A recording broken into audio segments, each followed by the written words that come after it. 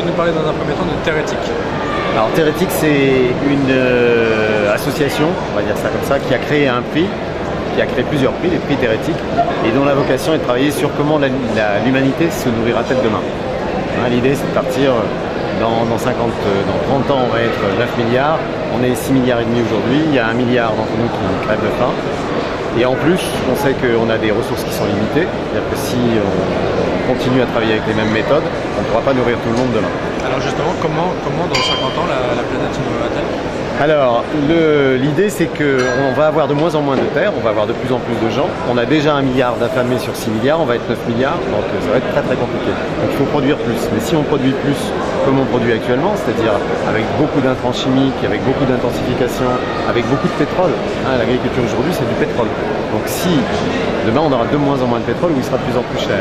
On aura aussi plein de consommateurs qui ne veulent plus absorber des produits chimiques parce qu'on s'est aperçu que certains posaient des problèmes. Donc on va devoir transformer complètement l'agriculture de demain et aller vers une agriculture qui sera écologiquement intensive. C'est-à-dire qui en même temps va devoir produire beaucoup pour nourrir beaucoup de gens et en même temps qui va prendre en compte l'écologie. C'est-à-dire l'agriculture qu'on a aujourd'hui, elle est très bien, elle est vachement produite, mais elle a un principe, c'est elle crée un modèle et elle ne s'occupe pas du reste. C'est-à-dire elle ne s'occupe pas de l'écosystème.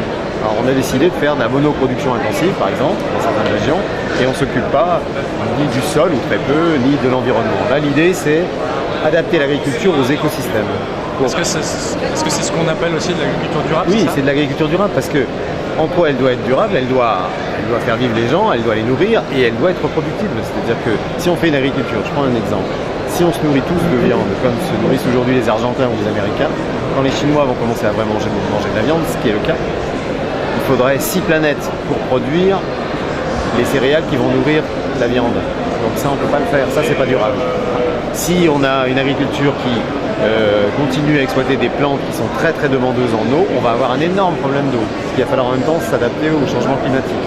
Si on a une agriculture qui ne peut pas se passer des labours, qui a besoin de beaucoup de tracteurs, on a besoin de beaucoup de pétrole, voilà, donc demain on ne pourra pas le faire. Le dernier truc, si on veut continuer à manger des fraises à n'importe quelle saison, ben ces fraises il faut les chauffer dans des serres ou il faut les amener par avion. Ça c'est du pétrole, ça sera de plus en plus cher et c'est pas durable. Donc il faudra changer l'énergie en tout cas. Et est-ce que l'agriculture durable aujourd'hui coûte plus cher que l'agriculture traditionnelle?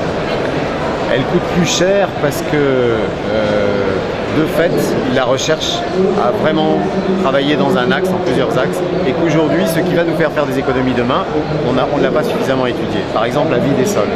On sait que des sols qui sont couverts, par exemple, ils captent du carbone. On sait que des sols qui sont couverts, ils dépensent moins d'eau. On sait que des sols qui sont découverts, ils rejettent du carbone. Voilà, quand on va travailler plus vite, il va s'évaporer beaucoup plus vite.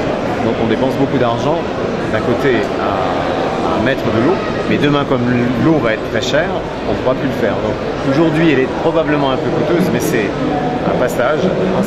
Il nous faut les éléments techniques pour construire ça, mais très vite elle deviendra beaucoup moins coûteuse, beaucoup moins. C'est la même chose que pour les voitures.